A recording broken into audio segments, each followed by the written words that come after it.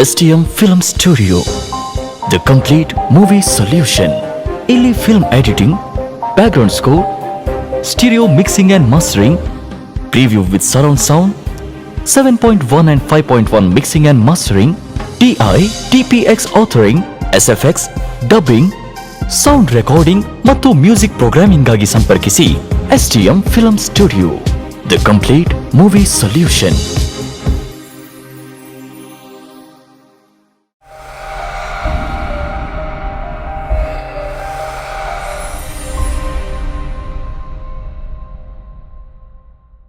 ಕಳೆದ ದಿನಗಳ ನೆನಪುಗಳು, ಬರುವ ದಿನಗಳ ಕನಸುಗಳ ಜೊತೆಗೆ ಜೀವನದಲ್ಲಿ ನಮ್ಮ ಬದುಕಿಗೆ ಸದಾ ಸಾಥನ್ನು ನೀಡುವ, ಬದುಕಿಗೆ ಸ್ಪಂದಿಸುವ ಕಾರ್ಯಕ್ರಮಗಳ ಮೂಲಕ ನಿಮ್ಮೆಲ್ಲರ ಮೆಚ್ಚುಗೆಗೆ ಪಾತ್ರವಾಗಿರುವಂಥ ಸ್ಪಂದನ ಟಿವಿಯ ಎಲ್ಲ ವೀಕ್ಷಕರಿಗೆ ಪ್ರೀತಿಯ ನಮಸ್ಕಾರ. ಬದುಕಿನ ಕತೆ ಹೇಳುವ, ಸಾಧನೆಯ ಹಾದಿಯಲ್ಲಿ ಹೆಜ್ಜೆ ಗುರುತುಗಳನ್ನು ಮೂಡಿಸಿದ ಸಾಧಕರ ಬದುಕಿನ ಕತೆ ಇದು ಮೈ ಆಟೋಗ್ರಾಫ್. ನಾನು ನಿಮ್ಮ ನೆನಪಿನ ನಾವಿಕ ಪ್ರಸನ್ನ. ಮತ್ತೊಮ್ಮೆ ಎಲ್ಲ ವೀಕ್ಷಕರನ್ನು ಪ್ರೀತಿಯಿಂದ ಸ್ವಾಗತಿಸ್ತಾ, ಭಕ್ತಿಯಲ್ಲಿ ಶಕ್ತಿಯನ್ನು ಕಂಡ ಭಾರತೀಯರು ನಾವು. ಯಾವುದೇ ಕೆಲಸ ನಾವು ಮಾಡಬೇಕು ಅಂತ ಹೇಳಿದರೆ ದೇವರ ನೆನಪನ್ನು ನಾವು ಮಾಡ್ಕೊಳ್ತೀವಿ. ಅದೇ ರೀತಿಯಾಗಿ ಸಂತ ಶ್ರೇಷ್ಠರ ಪರಂಪರೆಯಲ್ಲಿ ಬೆಳಗಿ ಬಂದ ಈ ನಮ್ಮ ಪುಣ್ಯಭೂಮಿಯ ಮಣ್ಣನ್ನು ಪಾವನಗೊಳಿಸಿದ ಅದೆಷ್ಟೋ ಸಾಧು ಸಂತರು ನಮಗೆ ಪ್ರೇರಣೆಯನ್ನು ನೀಡ್ತಾನೆ ಇರ್ತಾರೆ. ಜೀವನದಲ್ಲಿ ಸನ್ಮಾರ್ಗದಲ್ಲಿ ಸಾಗಿ ಬದುಕಲ್ಲಿ ಮುಕ್ತಿಯನ್ನು ಕಾಣುವ ಬಗೆಯನ್ನು ತಿಳಿ ಹೇಳ್ತಾ ಇರುವಂಥ ಆ ಸಂತ ಶ್ರೇಷ್ಠರ ಪರಂಪರೆಯನ್ನು ಬೆಳಗ್ತಾ ಇರುವಂಥ ಪರಮ ಪೂಜ್ಯರು ಇವತ್ತು ನನ್ನ ಜೊತೆಗಿದ್ದಾರೆ. ಇವರು ನಮ್ಮ ದಕ್ಷಿಣ ಕನ್ನಡ ಜಿಲ್ಲೆಯ ಬೆಳ್ತಂಗಡಿಯಿಂದ ಧರ್ಮಸ್ಥಳಕ್ಕೆ ಹೋಗುವಂಥ ಸಂದರ್ಭದಲ್ಲಿ ಧರ್ಮಸ್ಥಳದ ನಿತ್ಯಾನಂದ ನಗರದಲ್ಲಿ ನಮ್ಮ ದಕ್ಷಿಣ ಭಾರತದ ಅಯೋಧ್ಯೆ ಅಂತ ಹೇಳ್ಬೋದು, ಭವ್ಯವಾದಂಥ ದಿವ್ಯವಾದಂಥ ಶ್ರೀರಾಮನ ಕ್ಷೇತ್ರವನ್ನು ನಿರ್ಮಾಣ ಮಾಡೋದ್ರ ಮೂಲಕ ಇವತ್ತು ಸುಜ್ಞಾನದ ಒಂದು ಹೊಸ ಪರಂಪರೆಯನ್ನು ಸೃಷ್ಟಿ ಮಾಡಿದ್ದಾರೆ. ಪರಮ ಪೂಜ್ಯ ಬ್ರಹ್ಮಾನಂದ ಸರಸ್ವತಿ ಸ್ವಾಮೀಜಿಯವರು ನನ್ನ ಜೊತೆಗಿದ್ದಾರೆ. ಪೂಜ್ಯರೇ ನಮಸ್ಕಾರ. ಮೈ ಆಟೋಗ್ರಾಫ್ ಕಾರ್ಯಕ್ರಮಕ್ಕೆ ತಮಗೆ ಸ್ವಾಗತ. ಮೊದಲನೇದಾಗಿ ಭಕ್ತಿಪೂರ್ವಕ ಪ್ರಣಾಮಗಳನ್ನು ತಮಗೆ ಸಲ್ಲಿಸಿಕೊಂಡು ಎಲ್ಲ ವೀಕ್ಷಕರಿಗೆ ನಿಮ್ಮ ಆಶೀರ್ವಾದ ಇರಲಿ ಅನ್ನುವಂಥ ಒಂದು ಪ್ರಾರ್ಥನೆಯನ್ನು ಮಾಡಿಕೊಳ್ತಾ, ಈ ಧಾರ್ಮಿಕ ಜೀವನ ಅನ್ನುವಂಥದ್ದು ಲೌಕಿಕ ಜೀವನದ ಎಲ್ಲ ಸುಖಗಳನ್ನು, ಆಸೆ ಆಮಿಷಗಳನ್ನೆಲ್ಲ ಬದಿಗಿಟ್ಟು ಅಲೌಕಿಕ ಜೀವನದ ಕಡೆಗೆ ಆಸಕ್ತರಾಗಿ ಇವತ್ತು ಒಂದು ಹೊಸ ಪರಂಪರೆಯನ್ನು ಹುಟ್ಟು ಹಾಕಿದಿರಿ. ಸಾಮಾಜಿಕವಾಗಿ, ಶೈಕ್ಷಣಿಕವಾಗಿ ಅಥವಾ ಧಾರ್ಮಿಕವಾಗಿ ಸಮಾಜವನ್ನು ಮುನ್ನಡೆಸುವಂಥ ಒಂದು ಕೈಂಕರ್ಯವನ್ನು ನೀವು ಮಾಡ್ತಾ ಇದ್ದೀರಿ. ಇದೆಲ್ಲ ವಿಷಯಗಳ ಬಗ್ಗೆ ಬರೋದಕ್ಕೂ ಮುಂಚೆ ಪೂಜ್ಯರ ಒಂದು ಪೂರ್ವಾಶ್ರಮದ ಬಗ್ಗೆ ಒಂದಷ್ಟು ತಿಳ್ಕೊಳ್ಬೇಕು ಅನ್ನುವಂಥ ಪ್ರಯತ್ನ. ನೀವು ಹೇಗಿದ್ರಿ? ನಿಮ್ಮ ಬಾಲ್ಯ ಹೇಗಿತ್ತು? ಎಲ್ಲಿ ಹುಟ್ಟಿ ಬೆಳೆದ್ರಿ? ಹೇಗಿತ್ತು ನಿಮ್ಮ ಜೀವನ ಆ ದಿನಗಳು? ರಾಮಾಯ ರಾಮಭದ್ರಾಯ ರಾಮಚಂದ್ರಾಯ ವೇದಿಸಿ ರಘುನಾಥಾಯ ನಾಥಾಯ ಸೀತಾಯ ಪತೇ ನಮಃ. ಭಗವದ್ಭಕ್ತರೇ, ದಕ್ಷಿಣ ಅಯೋಧ್ಯ ಶ್ರೀರಾಮಕ್ಷೇತ್ರ ಮಹಾಸಂಸ್ಥಾನ ನಿತ್ಯಾನಂದ ನಗರ ಧರ್ಮಸ್ಥಳ ಇದು ಇವತ್ತು ವಿಶ್ವದೆಲ್ಲೆಡೆ ಮನ್ನಣೆಯನ್ನು ಪಡೆದಂಥ ಒಂದು ಶ್ರೇಷ್ಠವಾದಂಥ ಶ್ರದ್ಧಾ ಕೇಂದ್ರ. ಈ ಶ್ರದ್ಧಾ ಕೇಂದ್ರ ನಿರ್ಮಾತೃ ಜಗದ್ಗುರು ಆತ್ಮಾನಂದ ಸರಸ್ವತಿ ಸ್ವಾಮೀಜಿಯವರು. ಈ ಲೋಕದಲ್ಲಿ ಆಧ್ಯಾತ್ಮವನ್ನು ಸ್ವೀಕರಿಸಬೇಕಾದ್ರೆ ಅನೇಕ ವಿಚಾರಗಳು ಒಬ್ಬ ಮನುಷ್ಯರಲ್ಲಿ ಆವಿರ್ಭವಿಸಿ ಬರ್ತದೆ. ಒಂದನೇದಾಗಿ ಅವನ ಜನ್ಮದ ಸುಕರ್ಮದ ಫಲದಿಂದ ಹುಟ್ಟುವಾಗಲೇ ಸಂತನಾಗಿ ಬರ್ತಾನೆ, ಅಥವಾ ಮನುಷ್ಯ ಬೇರೆ ಬೇರೆ ಘಟನಾವಳಿಗಳಿಂದ ವೈರಾಗ್ಯವನ್ನು ತೆಗೆದುಕೊಂಡು ಸಂತನಾಗಿ ಮಾರ್ಪಡ್ತಾನೆ. ನಮ್ಮ ವಿಚಾರಕ್ಕೆ ಬರುವಾಗ ನಮ್ಮ ತಂದೆಯವರು ಅವರ ಪೂರ್ವದಲ್ಲಿ ಮದುವೆ ಆಗುವ ಮುಂಚೆ ಒಂದು 20 ವರ್ಷದಿಂದ 40 ವರ್ಷದವರೆಗೆ ಹಿಮಾಲಯಲ್ಲಿ ಸುತ್ತಾಡಿದವರು, ಅನೇಕ ಕಡೆಯಲ್ಲಿ ತಪಸ್ಸನ್ನು ಆಚರಿಸಿದವರು. ಉತ್ತರ ಭಾರತದ ಎಲ್ಲ ಸಾಧು ಸಂತರೊಟ್ಟಿಗೆ ಸೇರಿ ಅನೇಕ ವರ್ಷ ತಪಸ್ಸನ್ನು ಆಚರಿಸಿದರು. ಕಡೆಗೆ ತಾಯಿಯ ನೆನಪಿನಂತೆ, ತಾಯಿಯ ಇಚ್ಛೆಯಂತೆ ಮತ್ತೆ ಅವರ ಮನೆಗೆ ಬಂದಾಗ ಮನೆಯವರ ಒತ್ತಡಕ್ಕೆ ಮನೆದು ಧರ್ಮವನ್ನು ಸ್ವೀಕರಿಸ್ತಾರೆ. ತದನಂತರ ನಿರಂತರ ಗಣೇಶಪುರಿ ಅವಧೂತ ನಿತ್ಯಾನಂದರದು ದೊಡ್ಡ ಒಂದು ಪರಂಪರೆಯ ಅವಧೂತರಿದ್ದರು. ಸಾಕ್ಷಾತ್ ಭಗವಂತನ ಅವತಾರ ಗಣೇಶಪುರಿ ವಜ್ರೇಶ್ವರಲ್ಲಿ ನಿತ್ಯಾನಂದ ಸ್ವಾಮಿ ಇದ್ದರು. ಅವರ ಸಂಪರ್ಕವನ್ನು ಬೆಳೆಸಿದರು. ಆಗಲೂ ಸಂಸಾರಿ ಆದಮೇಲೆ ಕೂಡ 6 ತಿಂಗಳು ವೈರಾಗ್ಯದಿಂದ ಜೀವನ ಬದುಕ್ತಿದ್ದರು. ಒಂದು ಸಲ ಹೋದಾಗ ಅವರು ಹೇಳಿದರು, ನೋಡು, ನೀನು ಸಂಸಾರಿ ಆಗಬೇಕು, ನಿನ್ನ ಸಂಸಾರದಿಂದ ಲೋಕ ಕಲ್ಯಾಣಕ್ಕೆ ಒಬ್ಬ ಸಂತ ಬರ್ತಾನೆ, ಆದ ಕಾರಣ ನೀನು ಸಂಸಾರ ಜೀವನವನ್ನು ಚೆನ್ನಾಗಿ ನಿಭಾಯಿಸು ಅಂತೇಳಿ ಅವರಿಗೆ ಆದೇಶವನ್ನು ಕೊಡ್ತಾರೆ. ತದನಂತರ ನಮ್ಮ ತಂದೆಯವರು ಬಂದು ಅಧ್ಯಾಪಕ ವೃತ್ತಿಯನ್ನು ಮಾಡ್ತಾರೆ. ಆ ಸಂದರ್ಭದಲ್ಲಿ ಹಿಮಾಲಯದಿಂದ ಅವರ ಸಂಪರ್ಕವಂತ ಅನೇಕ ಸಾಧು ಸಂತರು ಬರ್ತಾ ಹೋಗ್ತಾ ಇದ್ದರು. ಅವರ ಸೇವೆ ಮಾಡುವಂಥ ಭಾಗ್ಯ ಕೂಡ ನಮ್ಗೆ ಬರ್ತಿತ್ತು. ಅವರನ್ನು ಸ್ನಾನಕ್ಕೆ ಕರ್ಕೊಂಡು ಹೋಗೋದು, ಅವರಿಗೆ ಊಟ ಬಡಿಸೋದು, ಅವರಲ್ಲಿ ಸತ್ಸಂಗ ಕೇಳೋದು, ಎಲ್ಲ ವಿಚಾರ ನಮಗೆ ನಮ್ಮ ಮನಸ್ಸಿನಲ್ಲಿ ಅವಕಾಶವನ್ನು ಕಲ್ಪಿಸಿಕೊಡ್ತಿತ್ತು. ಒಂದು ಸಂತನ ಸಂಘ ಅಂದರೆ ಅದು ಅದ್ಭುತ ಅಂತೆ. ಭಗವಂತ ಶಂಕರಾಚಾರ್ಯದಲ್ಲಿ ಬಂದು ಜೀವನ್ಮುಕ್ತಿ ರಾಕ್ಷಸಲ್ಲಿ ಒಂದು ಮಾತು ಹೇಳ್ತಾನೆ, ಮನುಷ್ಯತ್ವ ಮುಮುಕ್ಷುತ್ವ ಸಾಧು ಸಂಶಯ ದುರ್ಲಭಂ ತ್ರಯಮೇ ವೈತದ್ದೈವಾನುಗ್ರಹಿತು ಅಂತ ಹೇಳ್ತಾನೆ. ಮನುಷ್ಯನಾಗಿ ಹುಟ್ಟುವುದಂತೆ, ಮುಮುಕ್ಷು ಆಗೋದು, ಅಧ್ಯಾತ್ಮದ ಚಿಂತಕನಾಗೋದು, ಮತ್ತು ಸಾಧು ಸಂಶಯ ಒಬ್ಬ ಸಾಧುವಿನ ಸಂಪರ್ಕ ಬೆಳೆಸುವುದಂತೆ. ದುರ್ಲಭಂ ತ್ರಯಮೇ ವೈತದ್ದೈವಾನುಗ್ರಹ ಹೇತುಕಂದು, ಯಾರಿಗೆ ದೈವಾನುಗ್ರಹ ಇದೆ ಅವನಿಗೆ ಸಿಗ್ತದೆ ಅಂತ. ಹಾಗೆ ಪೂರ್ವಾಶ್ರಮದ ಪೂರ್ವಜನ್ಮದ ಯಾವುದೋ ಸುಕರ್ಮದಿಂದ ನಮಗೂ ಕೂಡ ಭಾಗ್ಯ ಬಂದಿತ್ತು. ಯಾವಾಗಲೂ ತಂದೆಯನ್ನು ಕೇಳಿಕೊಂಡು ತಂದೆಯ ಸಂಪರ್ಕ ಸಾಧು ಸಂತರು ಬಂದಾಗ ಅವರು ಮಾಡುವಂಥ ತಪಸ್ಸು ಇರ್ಬೋದು ಅಥವಾ ಅವರ ಸಿದ್ಧಿಗಳ ವಿಚಾರ ತಿಳ್ಕೊಂಡಾಗ ನಮಗೆ ಮೈ ರೋಮಾಂಚನ ಆಗ್ತಿತ್ತು. ನಾನು ಕೂಡ ಅಪ್ಪನ ಹತ್ರ ಹೇಳ್ತಿದ್ದೆ, ಅಪ್ಪ ನಮಗೂ ಆಕಾಶ ಗಮನ ಮಾಡಲಿಕ್ಕೆ ಆಗ್ತದ, ನಾರದರಾಗಿ ವಸಿಷ್ಠರಾಗಿ ಬೇರೆ ಬೇರೆ ಲೋಕಕ್ಕೆ ಹೋಗಿ ಬರಲಿಕ್ಕೆ ಆಗ್ತಂತ, ವೈ ನಾಟ್ ಅಂತ ಹೇಳ್ತಿದ್ದ. ಅದಕ್ಕೇನಪ್ಪ ದಾರಿ ಅಂತ ಹೇಳಿದ್ರೆ ಅದು ತಪಸ್ಸು, ಅದು ಅನುಷ್ಠಾನ, ಅದು ಮೌನ ಅಂತ ಹೇಳ್ತಿದ್ದ. ಆಗಲಿ ನಮಗೆ ಅದರಿಂದ ತುಂಬ ಪ್ರೇರಿತನಾಗಿದ್ದೆ. ಮತ್ತು ದಿನ ನನಗೆ ಅಪ್ಪನ ಹತ್ರ ನಾನು ಕೇಳಿದೆ, ನೋಡಪ್ಪ ನನಗೂ ದೀಕ್ಷೆ ಕೊಡಬೇಕು ಅಂತ. ಅದು ತುಂಬ ಕಠಿಣ ಜೀವನ ಮಗ, ಬೇಡ ಅಂತ ಹೇಳ್ತಿದ್ದ. ಆದರೂ ನಾನು ತುಂಬ ಆಟ ಮಾಡಿದ್ದಕ್ಕೆ ಕಡೆಗೆ ನನಗೆ ಅಪ್ಪನೇ ಓಂಕಾರ ದೀಕ್ಷೆ ಜ್ಞಾನ ದೀಕ್ಷೆಯನ್ನು ಕೊಟ್ಟಿದ್ದ. ಸುಮಾರು ಒಂದು 10 ವರ್ಷದವರೆಗೆ ಭಗವದ್ಗೀತೆ ಭಾಗವತ ವೇದಾಂತದ ಬಗ್ಗೆ ಅಪ್ಪನೇ ದಿನ ನನಗೆ 2 ಗಂಟೆ 3 ಗಂಟೆ ಪಾಠ ಮಾಡ್ತಿದ್ದ, ಸುಮಾರು ಒಂದು 10 ವರ್ಷ. ಹಾಗೆ ಬಾಲ್ಯದಲ್ಲಿ ನನಗೆ ಗೊತ್ತಾಗಿತ್ತು, ಈ ಲೋಕದಲ್ಲಿ ಕಣ್ಣಿಗೆ ಕಾಣ್ತಕ್ಕಂಥ ಇಂದ್ರಿಯಿಂದ ಸಿಗತಕ್ಕಂಥ ಎಲ್ಲ ಸುಖಗಳು ವಸ್ತುಗಳು ನಮ್ಮಿಂದ ಕಣ್ಮರೆ ಆಗ್ತದೆ, ನಾಶ ಆಗ್ತದೆ. ಆ ನಾಶ ಆಗದಂಥ ಒಂದು ವಸ್ತು ಇದೆಯಲ್ಲ ಅದು ಪರಮಶಾಂತಿ, ಪರಬ್ರಹ್ಮ ಸ್ವರೂಪ, ಅದೇ ನಿತ್ಯಾನಂದ, ಅದೇ ಬ್ರಹ್ಮಾನಂದ. ಅದನ್ನು ಪಡೆಯಬೇಕೆಂಬ ಹಂಬಲ ಇತ್ತು. ಅದಕ್ಕೆ ಶಾಸ್ತ್ರದಲ್ಲಿ ಹೇಳಿದೆ, ಒಂದು ನಿತ್ಯ ಶುದ್ಧರು, ಮತ್ತೊಂದು ಬದ್ಧ ಜೀವಿಗಳು, ಮತ್ತೊಂದು ಮುಮುಕ್ಷುಗಳು ಅಂತ ಇರ್ತೇವೆ. ನಿತ್ಯ ಶುದ್ಧರೆಂದರೆ ಪ್ರಹ್ಲಾದ ಇರ್ಬೋದು, ಸುಖಮಹರ್ಷಿ ಇರ್ಬೋದು, ಹುಟ್ಟುವಾಗಲೇ ಅವರಿಗೆ ವೈರಾಗ್ಯ ಬರುವುದಂತೆ ಸಣ್ಣ ಪ್ರಾಯದಲ್ಲಿ. ಇನ್ನೊಂದು ಮುಮುಕ್ಷುಗಳು ಅಂತ ಇರ್ತೇವೆ, ಆಧ್ಯಾತ್ಮದ ಚಿಂತಕರು ಅಂತೆ. ಇನ್ನೊಂದು ಬದ್ಧ ಜೀವಿಗಳಂತೆ. ಹೇಗೆ ಒಂದು ಬೆಸ್ತ ಬಲೆಯನ್ನು ಬೀಸಿದಾಗ ಒಂದು ಮೀನು ತಪ್ಪಿಸ್ಕೊಡ್ತದೆ, ಬಲೆ ಬೀಸಿದ ಕೂಡಲೇ ಹೊರಗೆ ಹಾರ್ತದೆ. ಇನ್ನು ಕೆಲವಷ್ಟು ಮೀನುಗಳು ಬಲೆಯ ಸುತ್ತ ತಿರುಗಾಡ್ತದೆ, ಅದಕ್ಕೆ ಭಯ ಆಗಿದೆ ಬಲೆಯಿಂದ ತಪ್ಪಿಸ್ಕೊಳ್ಳಿಕ್ಕೆ. ಆವಾಗ ಜಿಜ್ಞಾಸುಗಳು, ಸಂತರು ಅಂತ ಹೇಳ್ಬೋದು. ಇನ್ನೊಂದು ಇದೆ ಬದ್ಧಜೀವಿಗಳು, ಸಾವಿರಾರು ಕೋಟಿಯ ಧನಿಕರು, ಈ ರಾಜಕಾರಣಿಗಳು. ಕಟ್ಟ ಕಡೆಗೆ ಅವರ ಜೀವನದ ಅಂತಿಮ ದಿನದವರೆಗೆ ಈ ಸುಖ ನಮಗೆ ಹೀಗೆ ಸಿಗ್ತಂತೆ ಎನಿಸ್ಕೊಂಡು ಆ ಸುಖದಲ್ಲೇ ಮಗ್ನ ಆಗಿರೋರಂತೆ. ಆಗಿರುವಾಗ ನಮಗೆಲ್ಲ ನಮ್ಮ ಪೂರ್ವಾಶ್ರಮದ ಪೂರ್ವಜನ್ಮದ ಯೋಗದಿಂದ ಬಾಲ್ಯಪ್ರಾಯದಲ್ಲಿ ನಮ್ಮ ತಂದೆಯೇ ನಮಗೆ ಗುರುವಾಗಿ ಬಂದರು. ಆಮೇಲೆ ನಮ್ಮ ವಿದ್ಯಾಭ್ಯಾಸವನ್ನು ಮುಂದುವರಿಸಿಕೊಂಡು ಹೋದೆವು, ಡಿಗ್ರಿ ಮಾಡಿದೆವು, ಮತ್ತು ನಾವು MA ಮಾಡಿದೆವು, ಮತ್ತು ಕಾನೂನು ವಿದ್ಯಾಭ್ಯಾಸ ಮಾಡಬೇಕೆಂಬ ಏನೋ ಒಂದು ಆಸೆ ಬಂತು.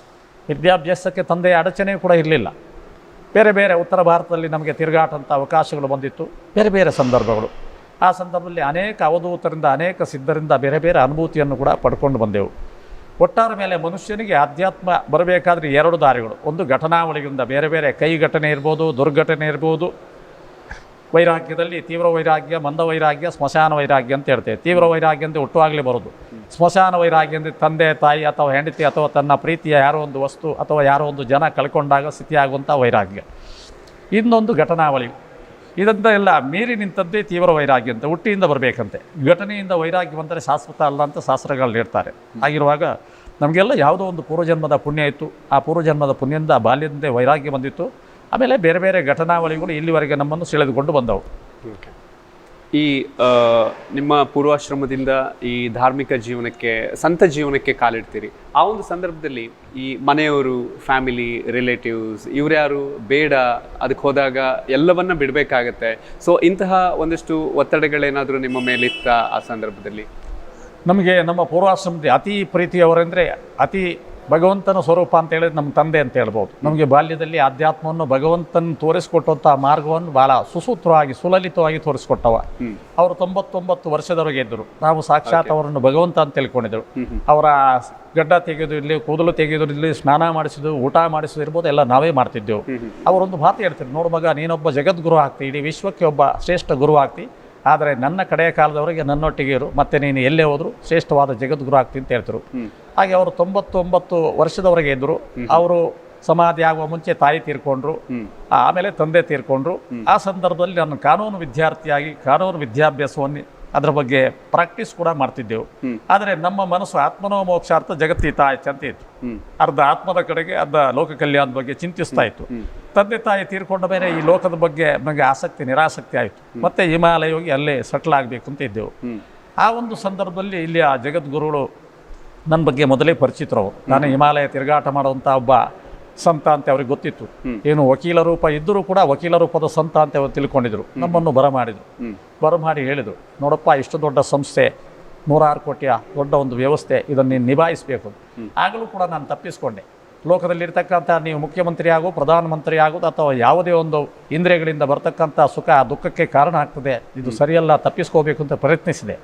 ಆದರೆ ಗುರುಗಳ ಒತ್ತಡದ ಮುಂದೆ ಕಟ್ಟ ಕಡೆಗೆ ಅವರು ಕರೆಸಿ ಹೇಳಿದರು, ನೋಡು, ನಾನೆಲ್ಲ ಹೇಳೋದು, ಈಗ ರಾಮ ಹೇಳೋದು, ನೀನೇ ಇದಕ್ಕೆ ಅಧಿಕಾರಿಯಾಗಿ ಈ ಮಠವನ್ನು ನಡೆಸಬೇಕು, ಈ ಸಂಸ್ಥೆಯನ್ನು ಮುನ್ನಡೆಸಬೇಕು ಅಂತ ಹೇಳಿ ತಲೆ ಕೈ ಇಟ್ಟು. ಆಗ ನನಗೆ ಖಂಡಿತು ಲೋಕದ ಯಾವುದೇ ಒಂದು ರೀತಿ ರಿವಾಜು ನಮಗೆ ತಪ್ಪಿಸ್ಕೊಂಡು ಹೋಗ್ಲಿಕ್ಕೆ ಆಗುವುದಿಲ್ಲ. ಎಷ್ಟೇ ಪ್ರಯತ್ನ ಮಾಡಿದ್ರು ಲೋಕ ಏನು ಆದೇಶ ಕೊಡ್ತದೆ, ಅವ್ಯಕ್ತವಾದಂಥ ಭಗವಂತ ಏನು ಆದೇಶ ಕೊಡ್ತೇನೆ, ಆದೇಶಕ್ಕೆ ನಾವು ಬದ್ಧರಾಗಿರಬೇಕು, ಲೋಕದ ನಿಯಮ ಅಂತ ಆಗ ತಿಳಿವು ಜ್ಞಾನ ಬಂತು ನಮಗೆ. ನಿಮ್ಮ ಬಾಲ್ಯದ ದಿನಗಳು ಎಲ್ಲಿ ಹುಟ್ಟಿದ್ರಿ ಅಥವಾ ಎಲ್ಲಿ ಓದಿದ್ರಿ, ಎಲ್ಲಿ ಬೆಳೆದ್ರಿ? ನಮ್ಮ ಪೂರ್ವಾಶ್ರಮ ಬಂಟ್ವಾಳ ತಾಲೂಕಿನ ಶಂಭೂರು ಗ್ರಾಮ ಅಂತೆ.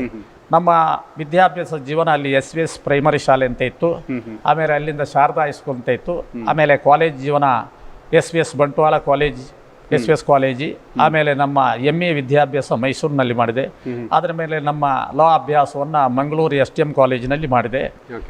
ಎಲ್ಲ ನಮ್ಮ ವಿದ್ಯಾಭ್ಯಾಸದ ಸಮಯದಲ್ಲಿ ಕೂಡ ನಾವು ವೇದಾಂತವನ್ನು, ಉಪನಿಷತ್ತುಗಳನ್ನು ಓದ್ತಿದ್ದೆವು. ದಿನಕ್ಕೆ 1-2 ಗಂಟೆ ಆದರೂ ಅದನ್ನು ಓದ್ತಿದ್ದೆವು. ಬಾಲ್ಯದಲ್ಲಿ ನಮಗೆ ಗಮನ ಇತ್ತು, ಈ ಲೋಕ ಎಷ್ಟೇ ನಮ್ಮನ್ನು ಆಕರ್ಷಿಸಲ್ಪಟ್ಟಲು ಎಲ್ಲವನ್ನು ಇಲ್ಲಿ ಕಳಚಿಕೊಂಡು ಆ ಸತ್ಯದ ಕಡೆಗೆ ನಾವು ಹೋಗೋದೇ ನಮ್ಮ ಒಂದು ಅಲ್ಟಿಮೇಟ್ ಗೋಲ್ ಎಂಬ ಕಲ್ಪನೆ ಇತ್ತು. ಓಕೆ. ಸೊ ಈ ವಿದ್ಯಾರ್ಥಿ ಜೀವನದಿಂದ ಈ ಆಧ್ಯಾತ್ಮಕ್ಕೆ ಬರುವಂಥ ಸಂದರ್ಭ, ನೀವು ಉತ್ತರ ಭಾರತದ ಬೇರೆ ಬೇರೆ ಭಾಗಗಳಿಗೆ, ಮಠ ಮಂದಿರಗಳಿಗೆ ಭೇಟಿಯನ್ನು ಕೊಡ್ತೀರಿ. ಹಿಮಾಲಯದಲ್ಲೂ ಕೂಡ ಯಾವಾಗಲೂ ಹೋಗಿ ಬರ್ತಾ ಇರ್ತೀರಿ.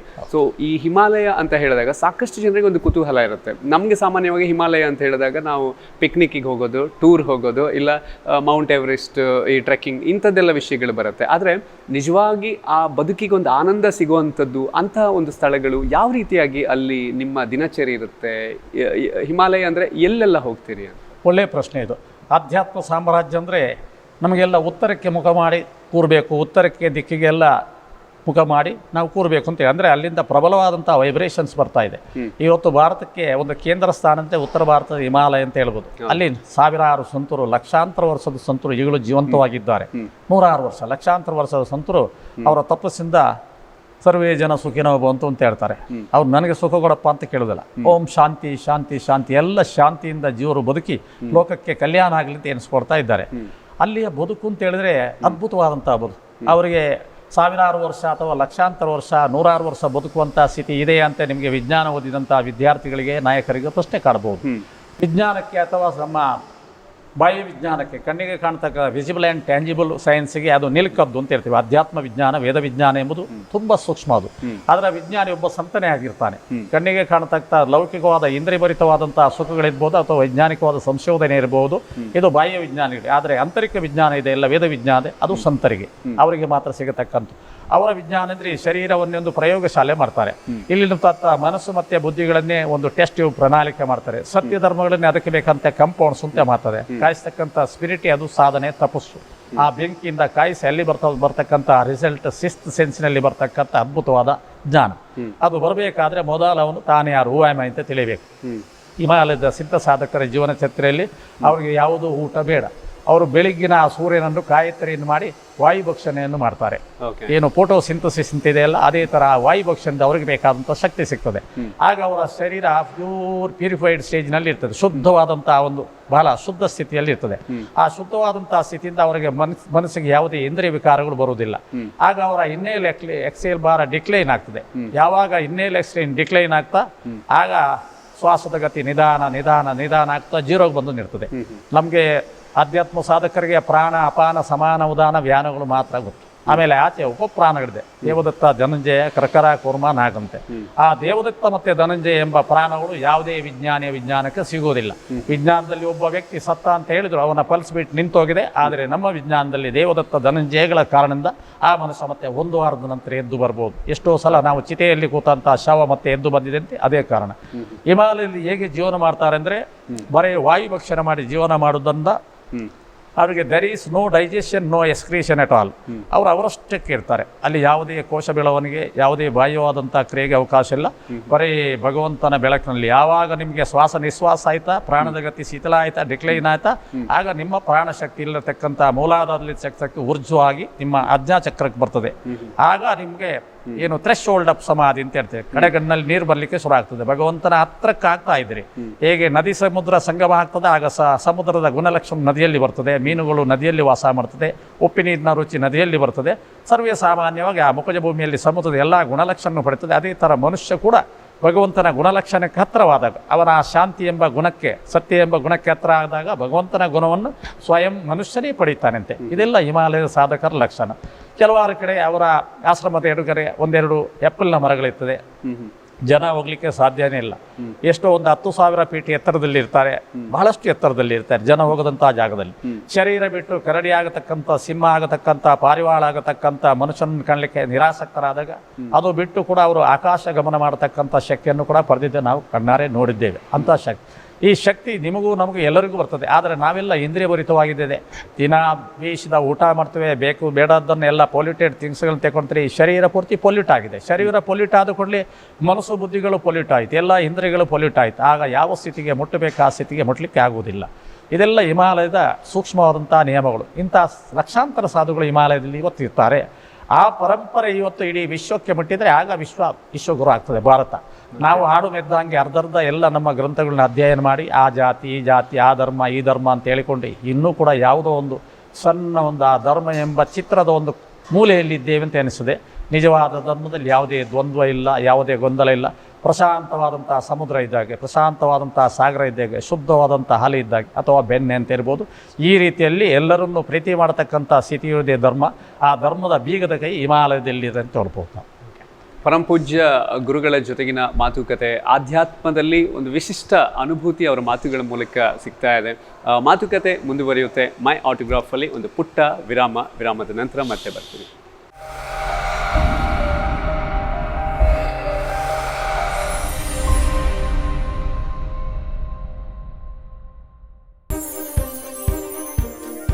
STM Film Studio, the complete movie solution.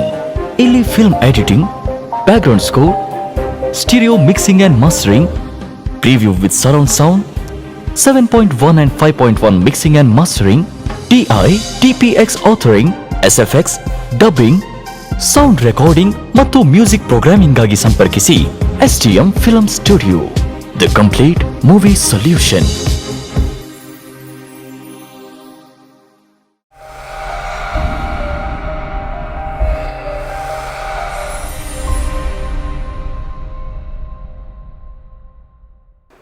ವೀಕ್ಷಕರೇ, ಮತ್ತೊಮ್ಮೆ ಸ್ವಾಗತ. ಮೈ ಆಟೋಗ್ರಾಫಲ್ಲಿ ಇವತ್ತು ಭಕ್ತಿ ಪ್ರಧಾನವಾಗಿರುವಂಥ ಅಥವಾ ನಮ್ಮ ಜೀವನಕ್ಕೆ ತುಂಬ ಆಪ್ತವಾಗಿರುವಂಥ ಬೇಕಾಗಿರುವಂಥ ವಿಷಯಗಳ ಬಗ್ಗೆ ನಮ್ಮ ಜೊತೆಗೆ ಇವತ್ತು ಮಾತುಕತೆ ಸಾಗ್ತಾ ಇತ್ತು. ಪರಮಪೂಜ್ಯ ಬ್ರಹ್ಮಾನಂದ ಸರಸ್ವತಿ ಸ್ವಾಮೀಜಿಯವರು, ಶ್ರೀ ಕ್ಷೇತ್ರ ಶ್ರೀರಾಮನ ದಿವ್ಯ ಕ್ಷೇತ್ರ, ನಿತ್ಯಾನಂದ ನಗರ, ಧರ್ಮಸ್ಥಳ. ಪೂಜ್ಯ ಗುರುಗಳೇ, ಈಗ ಈ ಹಿಮಾಲಯ ಅಂತ ಅದ್ರ ಬಗ್ಗೆ ಸಾಕಷ್ಟು ವಿಷಯಗಳನ್ನು ತಾವು ತಿಳಿಸಿದ್ರಿ. ಒಂದಷ್ಟು ಜನರಿಗೆ ಇರುತ್ತೆ ಆಸಕ್ತಿ, ನಾವು ಹೋಗಬೇಕು, ಇದನ್ನು ನೋಡಬೇಕು, ಅಥವಾ ಇದ್ರ ಬಗ್ಗೆ ಒಂದು ಅಧ್ಯಯನ ಮಾಡಬೇಕು ಅನ್ನೋಂಥ ಆಸಕ್ತಿ ಇರುವವರಿಗೆ ಹೇಗೆ ತಲುಪಬಹುದು ಅಲ್ಲಿಗೆ? ಅದ್ರ ಬಗ್ಗೆ ಒಂದು ಸ್ವಲ್ಪ ತಿಳಿಸ್ತೀರಾ? ನೋಡಿ, ಹಿಮಾಲಯ ಎಂಬುದು ನಮ್ಮ ವಿಜ್ಞಾನಕ್ಕೆ ನಿಲುಕದ್ದು ಅಂತ ಆಗಲೇ ಹೇಳಿದೆ. ಇವತ್ತು ಮಾನಸ ಸರೋವರ ಕೈಲಾಸ ಅಲ್ಟಿಮೇಟ್ ತುದಿಯ, ಅದು ಲಾಸ್ಟ್. ನಾನು ಅಲ್ಲಿಂದ ಬರ್ತೇನೆ. ಹಿಮಾಲಯದ ಲಾಸ್ಟ್ ಯಾತ್ರೆ ತುದಿ ಅಂದರೆ ಮಾನಸ ಸರೋವರ ಕೈಲಾಸ, ಅದು ಚೈನಾ ಟಿಬೆಟ್ನಲ್ಲಿದೆ. ಅಲ್ಲಿ ವಿಶಾಲವಾದಂಥ ಸರೋವರ ಇದೆ. ಆ ಸರೋವರದ ನೀರು ಸ್ಫಟಿಕದಾಗಿದೆ. ರಾತ್ರಿಯಲ್ಲಿ ನಕ್ಷತ್ರಗಳೇ ಬಂದು ಸ್ನಾನ ಮಾಡುವಂಥ ದರ್ಶನ ಕಾಣ್ತದೆ. ಹೇಗೆ ಹೂವಿನ ಮಾಲೆ ಇದೆ ಅಲ್ಲ, ಅದೇ ಥರ ನಕ್ಷತ್ರಗಳು ನೀರಿನಲ್ಲಿ ತೇಲಾಡಿ ಹೋಗ್ತದೆ. ಸಾಧಾರಣ 1 ಗಂಟೆಯಿಂದ 2 ಗಂಟೆ 3 ಗಂಟೆ ರಾತ್ರಿ ಹೊತ್ತಿಗೆ ನೀವು ಅಲ್ಲಿ ಟೆಂಟ್ ಹಾಕಿ ಕೂತಿದೆ. ಇದು ನಮ್ಮ ಒಂದು 15 ವರ್ಷದ ಹಿಂದಿನ ಅನುಭವ. ನಾನು 16 ವರ್ಷದ ಹಿಂದೆ ಮಾನಸ ಸರೋವರ ಕೈಲಾಸಕ್ಕೆ ಹೋಗಿದೆ.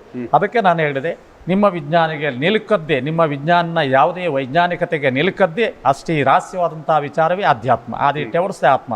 ಆತ್ಮನ ಕಡೆಗೆ ಹೋಗತಕ್ಕಂಥ ದಾರಿಯನ್ನು ಅಧ್ಯಾತ್ಮ ಅಂತ, ಅದನ್ನೇ ವೇದಾಂತದ ಅಂತಿಮ ಭಾಗ ಉಪನಿಷತ್ತನ್ನು ವೇದಾಂತ ಅಂತ ಹೇಳಿದೆ. ಅದಕ್ಕೆ ಪೂರಕವಾಗಿರ್ತಕ್ಕ ಅತಿ ಶ್ರೇಷ್ಠ ಜಾಗ ಅಂದರೆ ಮಾನಸ ಸರೋವರ ಕೈಲಾಸ. ಅಲ್ಲಿ ಈವಾಗಲೂ ಕೂಡ ಸಾಕ್ಷಾತ್ ಹನುಮಂತ ಅಲ್ಲಿ ತಪಸ್ಸು ಮಾಡ್ತಾ ಇದ್ದಾನೆ ಅಂತೇಳಿ ಅಂತರ್ ಪರಿಕ್ರಮ ಅಂತ ಹೇಳ್ತೇವೆ. ನಾವೆಲ್ಲ ಬಾಹ್ಯ ಪರಿಕ್ರಮವನ್ನು ಮಾಡಿದೆವು.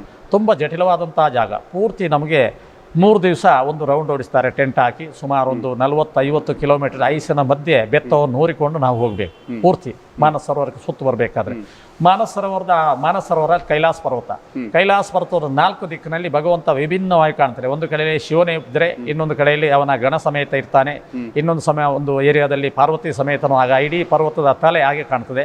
ಒಂದು ಕಡೆ ಬಂಗಾರದ ಬಣ್ಣದಿಂದ ಕಂಡ್ರೆ, ಇನ್ನೊಂದು ಭಾಗದಲ್ಲಿ ಬೆಳ್ಳಿ ವರ್ಣದಿಂದ ಕಾಣ್ತದೆ. ಅಲ್ಲಿ ಎಷ್ಟೆಷ್ಟು ವಿಜ್ಞಾನಿಗಳಿಗೆ ಅದ್ಭುತವಾದಂಥ ರಹಸ್ಯಗಳು ಸ್ವಲ್ಪ ಭಾಗ ಸಿಗ್ತಾ ಇದೆ. ಅವನ ಎಷ್ಟು ಶಕ್ತಿ ಇದೆ ಆ ಶಕ್ತಿಗೆ ಅನುಸಾರವಾಗಿ ಸಮುದ್ರದ ಆಳಕ್ಕೆ ನೀವು ಎಷ್ಟು ಹೋಗ್ತೀರಿ ಅಷ್ಟು ನಿಮಗೆ ಸತ್ಯಗಳು ಅಥವಾ ಮುತ್ತುರತ್ನಗಳು ಏನೆಲ್ಲ ಸಿಗ್ಬೋದಂತೆ. ಹಾಗೆ ಆಧ್ಯಾತ್ಮ ಸಾಮ್ರಾಜ್ಯದ ನೀವು ಅಂತರಾಳಕ್ಕೆ ಹೋಗಬೇಕು. ಹೇಗೆ ನಮ್ಮ ಮಾನವ ಶರೀರದ ಮನಸ್ಸಿನ ಒಳಗೆ ಬುದ್ಧಿಯ ಒಳಗೆ ನೀವು ಪ್ರವೇಶ ಮಾಡಿದಾಗ ಈ ಲೋಕದ ಸತ್ಯಗಳು ನಿಗೂಢವಾದಂಥ ರಹಸ್ಯಗಳು ಒಂದೊಂದೇ ಪದರವನ್ನು ಬಿಟ್ಟು ಕೊಡ್ತದೆ. ಇವತ್ತು ಮನುಷ್ಯ ಬಾಹ್ಯ ಜ್ಞಾನಿ ಆಗಿದ್ದೇನೆ, ಅಂತರಿಕ ಜ್ಞಾನಿ ಆಗಬೇಕಾದ್ರೆ ನೀವು ಹೇಳಿದಾಗೆ ಹಿಮಾಲಯದ ಕೋಣೆಗಳಲ್ಲಿ ಸತ್ಯದಿದೆ, ಆ ಸತ್ಯ ದರ್ಶನ ಆಗಬೇಕು.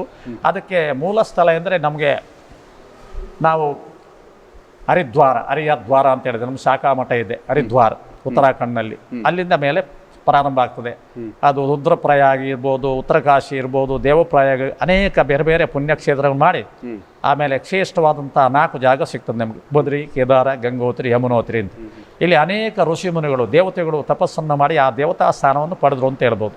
ಅದು ಯಾರು ಚಂದ್ರ ಇರ್ಬೋದು, ಸೂರ್ಯ ಇರ್ಬೋದು, ದಕ್ಷ ಇರ್ಬೋದು, ತ್ರಿಮೂರ್ತಿಗಳು ಇರ್ಬೋದು, ದೇವಿ ಇರ್ಬೋದು, ಎಲ್ಲ ಅಲ್ಲಿ ಶ್ರೇಷ್ಠವಾದಂಥ ತಪಸ್ಸನ್ನು ಆಚರಿಸಿದ ಜಾಗ ಅಂತ ಹೇಳ್ತೇವೆ. ಕಾರಣ ಏನಂದರೆ ಐಸೋಲೇಷನ್, ಇನ್ನೊಂದು ಪ್ರಶಾಂತತೆ.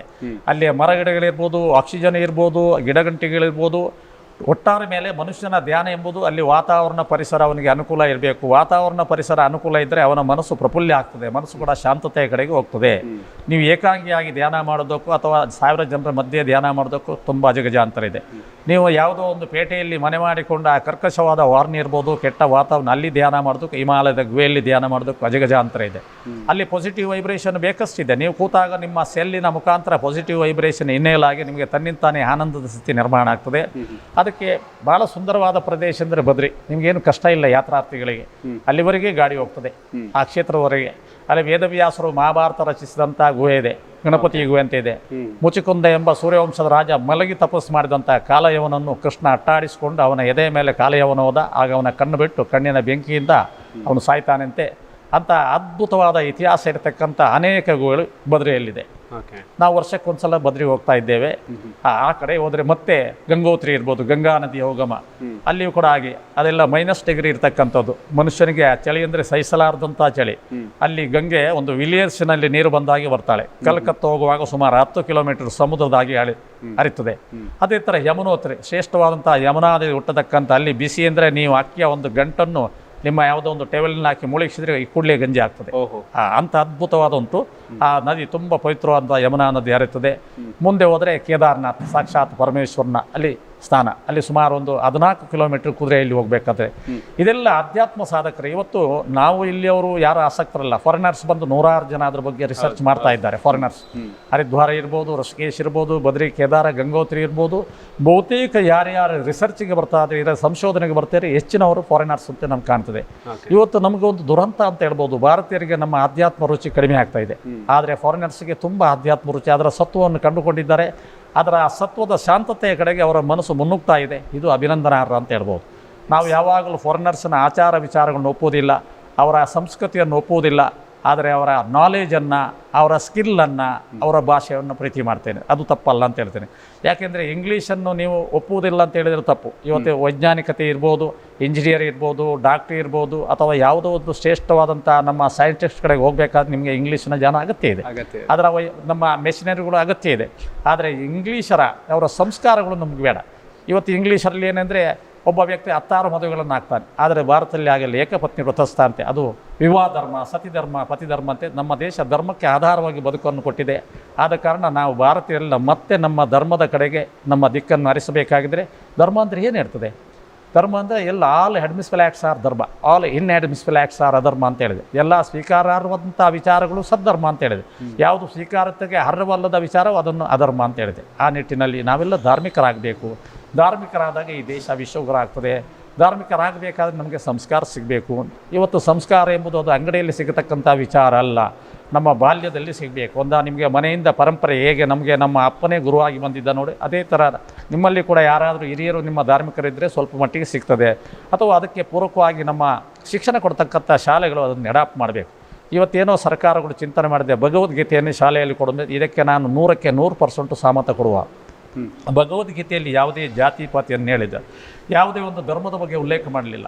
ಕೃಷ್ಣ ಅರ್ಜುನನಿಗೆ ಬದುಕಂದ್ರೆ ಏನು ಅರ್ಜುನ ಅಂತ ಬೋಧಿಸ್ತಾನೆ. ಎಲ್ಲ 18 ಅಧ್ಯಾಯದಲ್ಲಿ ಮಾನವ ಯಾವ ರೀತಿ ಬದುಕನ್ನು ನಡೆಸಬೇಕು ಅಂತ ಆ ಪರಮಾತ್ಮ ಹೇಳಿದ್ದಾನೆ. ಅಲ್ಲಿ ಯಾವುದೇ ಜಾತಿ ಪಾತಿ ಮತ ಪಂಗಡಗಳನ್ನ ಅವನು ಭೇದಿಸಿಲ್ಲ, ಅದನ್ನು ಯಾವುದನ್ನು ಹೊಡೆದಿಲ್ಲ. ಸುಂದರವಾದ ಬದುಕನ್ನು ಹೇಗೆ ಕಟ್ಟಬೇಕು, ಸುಂದರವಾದ ಜೀವನವನ್ನು ಮಾಡಿ ಯಾವ ಎತ್ತರತೆಗೆ, ಯಾವ ಸ್ವರ್ಗಕ್ಕೆ, ಯಾವ ಮೋಕ್ಷಕ್ಕೆ ಹೋಗಬೇಕೆಂಬ ಚಿಂತನೆಯನ್ನು ಭಗವಂತ ಕೃಷ್ಣ ಅಲ್ಲಿ ಹರಿಸಿದ್ದಾನೆ. ಆದ ಕಾರಣ ಭಾರತದಲ್ಲಿರ್ತಕ್ಕಂಥ ಎಲ್ಲ ಜನರು ಕಣ್ಮುಚ್ಚಿ ಭಗವದ್ಗೀತೆಯನ್ನು ಒಪ್ಪುವಂಥ ಅಗತ್ಯ ಇದೆ. ಅಲ್ಲಿ ಯಾವುದೇ ದೋಷ ಇಲ್ಲ. ಅದನ್ನು ವೈಜ್ಞಾನಿಕ ಒಳಪಡಿಸಿ, ನೀವು ಜ್ಞಾನಿಗಳಿದ್ದರೆ, ನೀವು ಸಂಸ್ಕೃತ ವಿದ್ವಾಂಸರು ಇರಬಹುದು, ಸುಮ್ಮನೆ ಇದ್ದುಕೊಂಡು ಯಾವುದೋ ಒಂದು ಪಕ್ಷದ ನೆಲೆಯಿಂದ ಯಾವುದೋ ಜಾತಿ ಆಧಾರ ನಾವು ಭಗವದ್ಗೀತೆ ಒಪ್ಪುವುದಿಲ್ಲ ಎಂಬ ಮಾತುಂಟಲ್ಲ, ಅದು ತುಂಬ ನಮಗೆ ಬೇಸರದ ವಿಚಾರ ಅಂತ ಹೇಳ್ಬೋದು. ಇವತ್ತು ಫಾರಿನರ್ಸ್ ಅಮೇರಿಕ, ಇಂಗ್ಲೆಂಡ್ ಇರ್ಬೋದು, ಬ್ರಿಟನ್ ಇರ್ಬೋದು, ಅಲ್ಲಿ ಭಗವದ್ಗೀತೆ ಇರ್ಬೋದು ಅಥವಾ ನಮ್ಮ ಗಾಯತ್ರಿ ಮಂತ್ರದ ಮುಖಾಂತರ ಅಲ್ಲಿಯ ಕ್ಲಾಸ್ಗಳು ಪ್ರಾರಂಭ ಆಗ್ತದೆ. ಅದು ತುಂಬ ಸ್ತುತ್ಯಾರ್ಹ, ಸ್ವಾಗತಾರ್ಹ. ಮುಂದಿನ ದಿವಸದಲ್ಲಿ ಭಾರತದಲ್ಲಿ ಕೂಡ ಹಾಗೆ ಆಗಬೇಕು ಅಂತ ನಾವು ಆಶಿಸ್ತೇವೆ. ಗುರುಗಳ ಬಗ್ಗೆ, ಗುರುಗಳ ವಿಷಯಗಳನ್ನು, ಸಾಕಷ್ಟು ವಿಷಯಗಳು ಖಂಡಿತವಾಗ್ಲೂ ನಾವೆಲ್ಲ ತಿಳ್ಕೊಳ್ಳೇಬೇಕಾಗಿರುವಂಥ ವಿಷಯಗಳನ್ನು ಅವ್ರು ತಿಳಿಸಿದರು. ಹಾಗೆಯೇ ಗುರುಗಳು ಶ್ರೀರಾಮಕ್ಷೇತ್ರದಲ್ಲಿ ಪೀಠಾಧಿಪತಿಗಳಾದ ನಂತರ ಈ ಕ್ಷೇತ್ರದ ವ್ಯಾಪ್ತಿ ಅನ್ನೋದು ವಿಸ್ತರಿಸಿದೆ. ಅದ್ರ ಬಗ್ಗೆ ಒಂದಷ್ಟು ವಿಷಯಗಳನ್ನು ಇನ್ನೊಂದು ಸ್ವಲ್ಪ ಹೊತ್ತಲ್ಲೇ ತಿಳಿಸ್ತಾರೆ. ಅದಕ್ಕೂ ಮುಂಚೆ ಮೈ ಆಟೋಗ್ರಾಫಲ್ಲಿ ಒಂದು ಬ್ರೇಕನ್ನು ತಗೊಳ್ತಾ ಇದ್ದೀವಿ.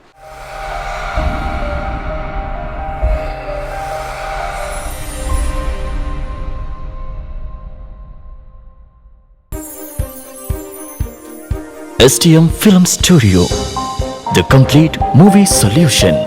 ಇಲ್ಲಿ film editing, background score, stereo mixing and mastering, preview with surround sound, 7.1 and 5.1 mixing and mastering, TI, TPX authoring, SFX, dubbing, sound recording ಮತ್ತು music programming ಗಾಗಿ ಸಂಪರ್ಕಿಸಿ STM Film Studio, the complete movie solution.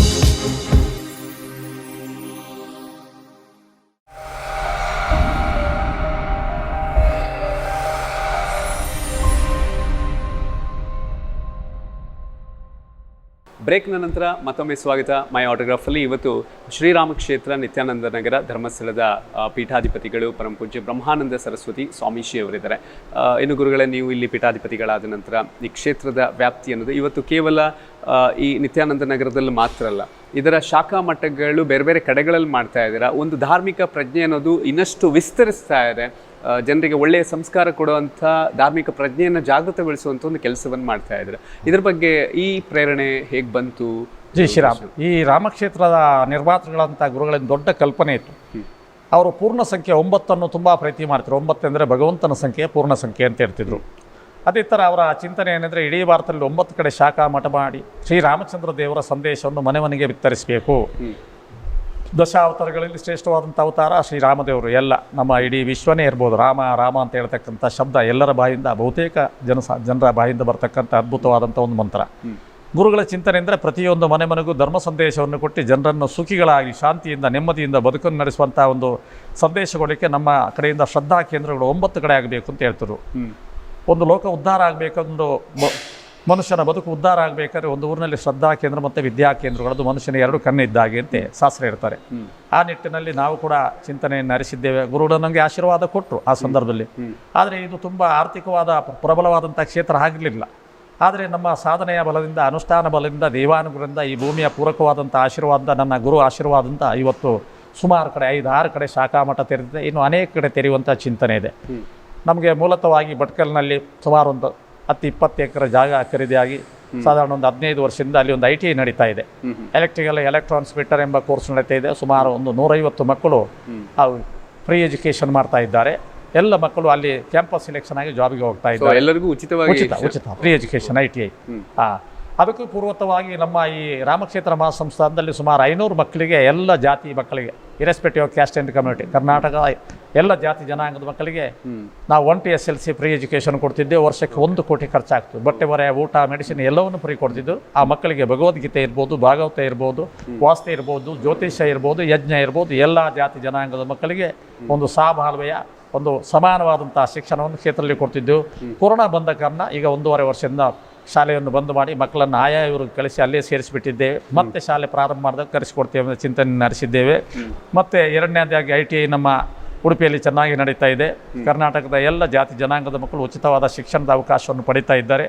ಅದೇ ಥರ ಮುಂದಕ್ಕೆ ಭಟ್ಕಲ್ನಲ್ಲಿ 800 ವರ್ಷದ ಹಿಂದೆ ರಾಮಾನುಜಾಚಾರ್ಯರು ಕಟ್ಟಿದ ಒಂದು ದೊಡ್ಡ ಮಠ ಇದೆ, ಭಟ್ಕಲ ನಿಚ್ಚಲ ಮಕ್ಕಿಂತೆ. ಅದು ಕೂಡ ನಮ್ಮ ಆಡಳಿತಕ್ಕೆ ಒಳಪಟ್ಟಿದೆ.